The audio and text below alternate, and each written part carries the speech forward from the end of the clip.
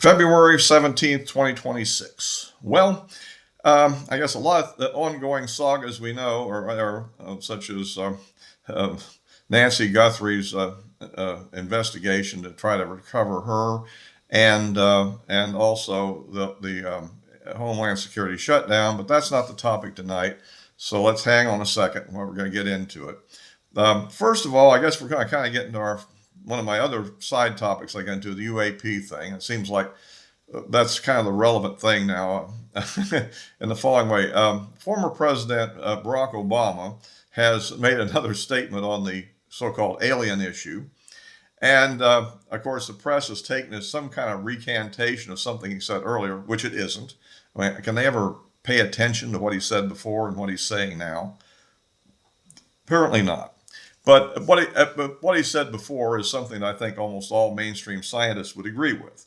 Is that we're probably not going to be visited by any extraterrestrials because of the basic laws of physics, theory of relativity, the incredible amount of energy it takes to get up to any plausible speed across the universe. I mean, everybody likes to talk about the speed of light limit. I can assure you that by known physics, getting anywhere close to the speed of light is incredibly difficult.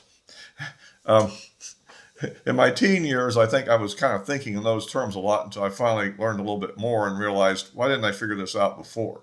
I mean, getting to 2 or 3% of the speed of light is incredibly challenging if you have like fusion energy, let's say. So at any rate, I'm not getting into that too much, but so that was what he said previous. Today, it's been announced where he's saying, well, as president, as far as he knows, there was never any aliens at Area 51, and there was no big facility underneath it, and so, so unless the conspiracy is really deep, then that's a central idea. Okay, so I don't know what's motivated this exactly. I guess he just got in an interview and somebody brought it up again. So obviously he's either covering for the existence of the program on the one hand, or in fact he wasn't told.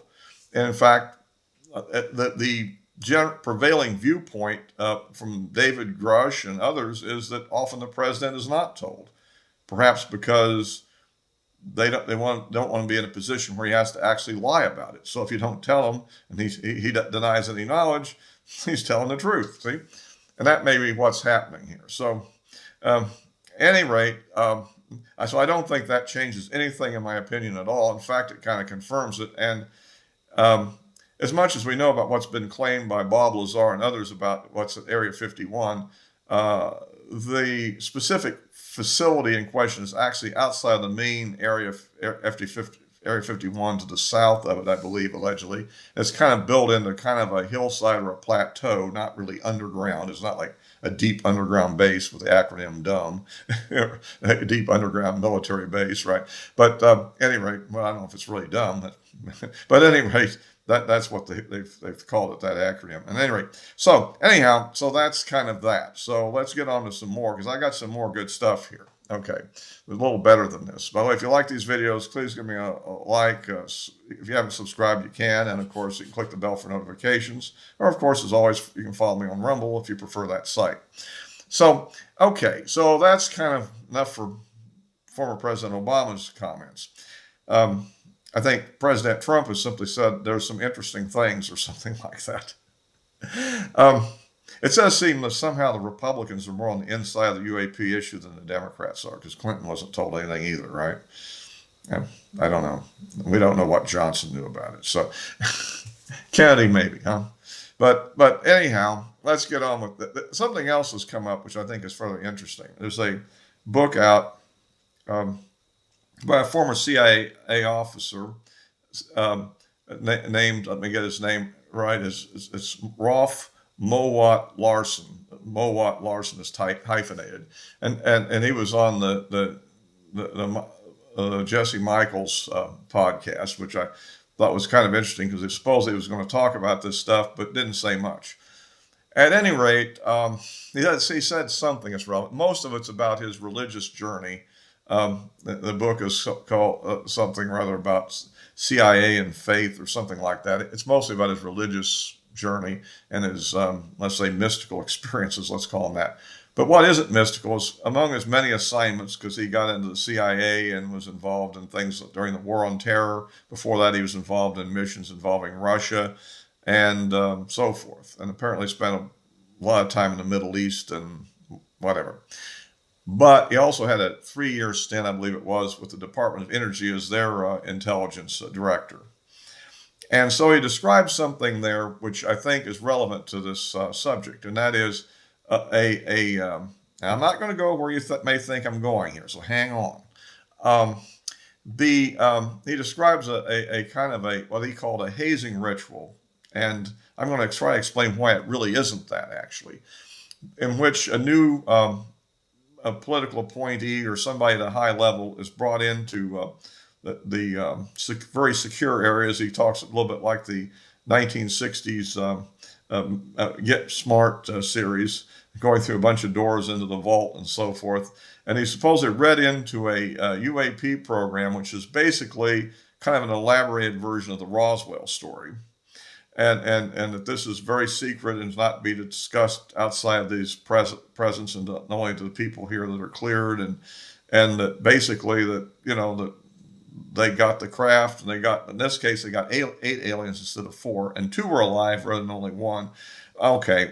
So I say an elaborated Roswell story, if you know the Roswell stuff.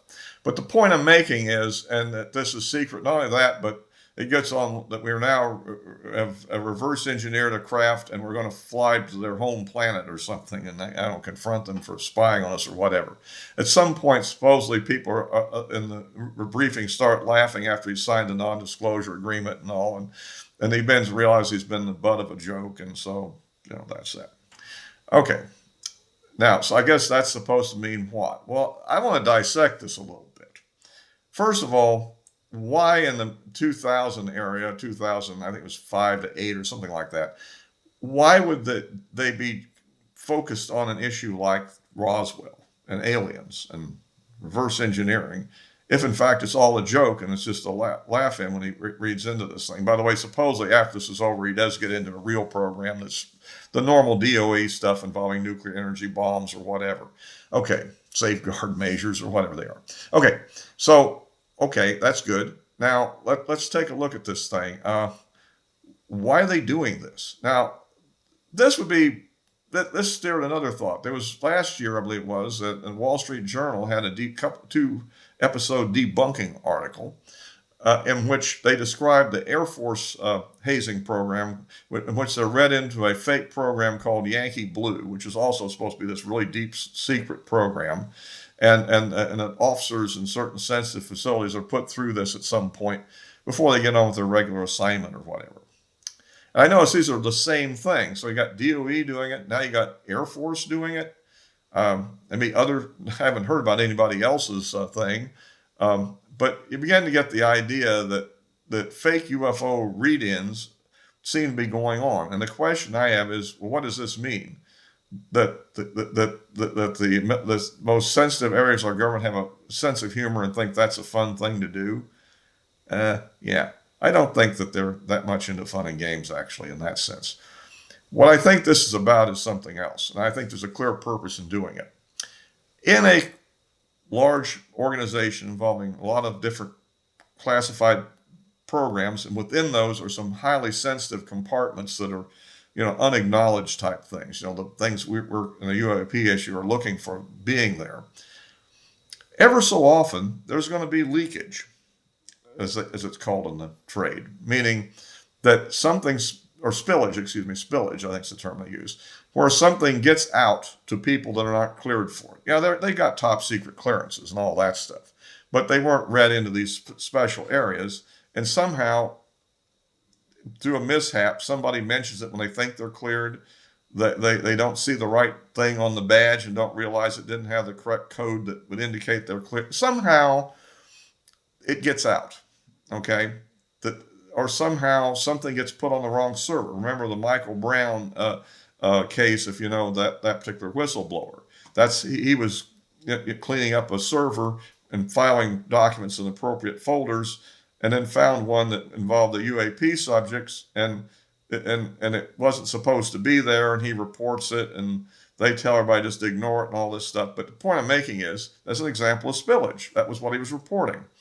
So what I think this is about is that in the event that occurs, particularly with these higher level political people, if they happen to this happens, they get exposed to it accidentally, they're now conditioned by this process to realize, oh, that's just nonsense. That's one of those hazing ritual things. Ignore it. It ain't real. I've been through that myself, and it's not real. I think that's what they're actually doing. It's another protective measure of many they have to keep this thing wrapped up. And that's what I think is going on with that. And so it's not a disproof of the UAP subject or even of retrievals or anything else, but it's just one of the many mechanisms they use to control things. So anyway, that's my thought on that subject. See, other side, share it with everybody and see what you think. So that's kind of that on that subject. So to wrap this up, I guess I can mention some of the contemporary stuff. It looks like the DNA thing on the Nancy Grace case, as of this recording, is proceeding, but I don't think we've got the full results back, let alone a match. We'll see. Something may have even happened since the last time I watched the news. It's developing. And on the good side, on the shutdown, at least for the employees, it turns out that the bi-monthly pay cycle that they have for government employees, they were all paid last Friday before the government shutdown. So it'll be 2 weeks before anybody actually has any financial hardship out of this, at least in terms of personnel pay. So I guess air travel and ICE enforcement will continue apace while the Democrats crow about their shutdown. And so that's kind of that. And the other thing that's being pushed a lot, of course, is the SAVE Act, which is the idea of voter ID, which is a good idea. And my own opinion is, I'll get too much in depth with it, is I'm all for it, but I think it's not going to pass because the Democrats will filibuster it and the Republicans will not be able to overturn the filibuster. I don't think they should anyhow, but then again, that's a whole different story. But as far as the filibuster, I think mainly this is going to be used as one of many campaign issues to try to put a little bad on the Democrats, considering all the things they're throwing at us over the ICE enforcement. So anyway, that's kind of it for now. And I'll be, as always, post this on YouTube and Rumble. And the addresses of my social media accounts are in the description below. So all for this time.